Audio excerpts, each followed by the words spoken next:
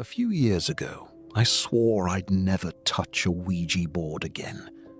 Not because I'm superstitious, because something answered us. And I still hear it scratching at my bedroom door some nights. It happened during my first year of college. 3 of us were staying in an off-campus apartment during winter break. Almost everyone had gone home, and the entire building felt abandoned. Long, empty hallways, flickering lights, pipes clanging in the walls at night. It was me, my friend Marcus, and his girlfriend Jenna. The Ouija board was actually Jenna's idea. She found it in a thrift store downtown for $5. The box looked ancient. The corners were warped, and the letters on the board were faded, like they'd been rubbed by hundreds of hands. Marcus thought it was hilarious. I thought it was stupid. But around midnight, after a few drinks and a lot of bad decisions, we sat on the living room floor and lit candles around the board. At first, nothing happened. We joked around, asked dumb questions. Will Marcus ever graduate? Will we become rich? The planchette barely moved. Then Jenna asked something different. Is anyone here with us? The room went completely still. No pipes, no traffic outside. Nothing. Then the pointer slowly slid to yes. Marcus laughed immediately, but I remember this cold feeling crawling up my back, because none of us were moving it. At least, I don't think we were. Jenna leaned forward. What's your name? The planchette moved again. L, then E, then W. It spelled Lou. Louis? Marcus asked jokingly. The board moved to no. Then it started moving faster. L, E, W, I, S. Louis. The second it finished spelling the name, one of the candles went out. Not flickered, out, like someone blew on it. Marcus stopped laughing after that. I remember staring at the dark corner of the apartment behind him. Something about it suddenly looked deeper, like the shadows didn't belong there. Jenna asked another question. How did you die? The pointer jerked violently across the board. D, O, O, R. Door. We all looked at each other. What does that even mean? I asked.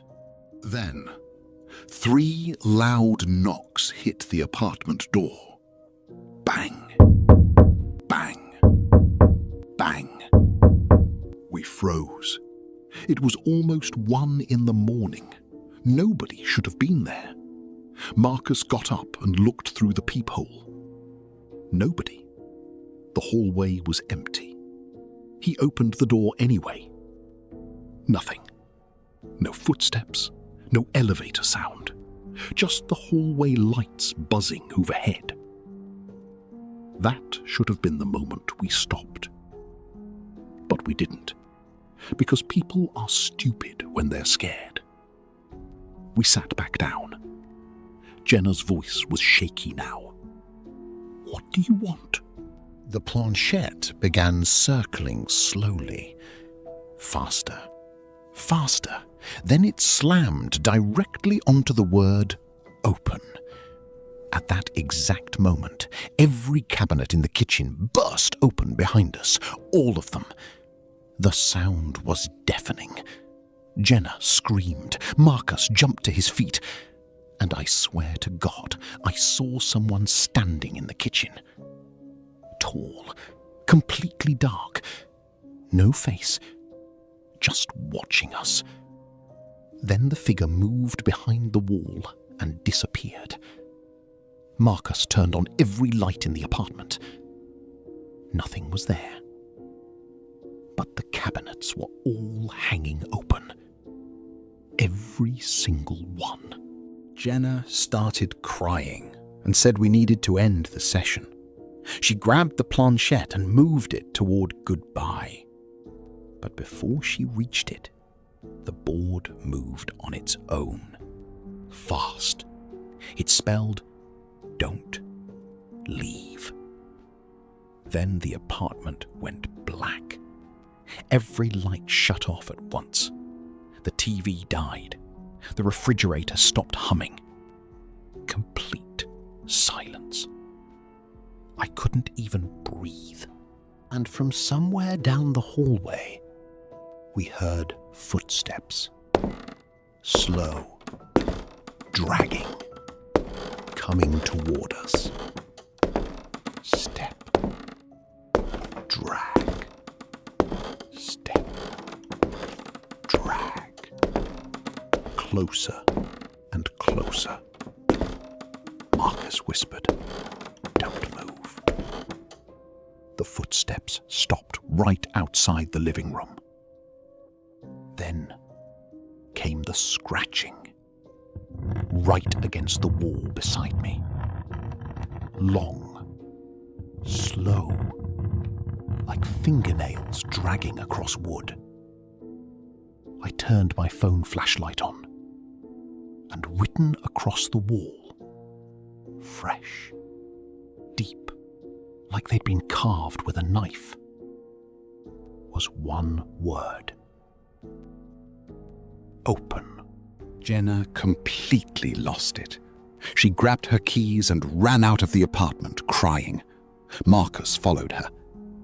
I stayed behind for maybe 5 seconds.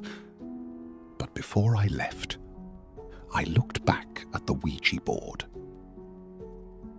The planchette was moving by itself, slowly sliding across the board toward me.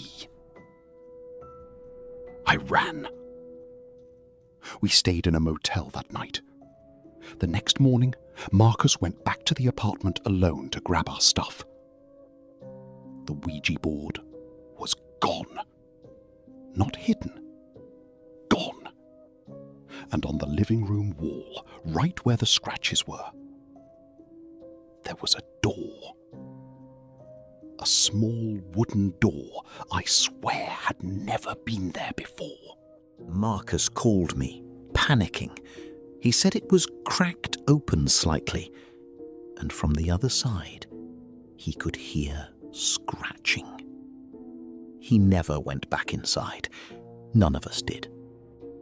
The landlord later claimed there had always been a storage door there, but I know he was lying, because I lived in that apartment for 6 months, and before that night, there was no door.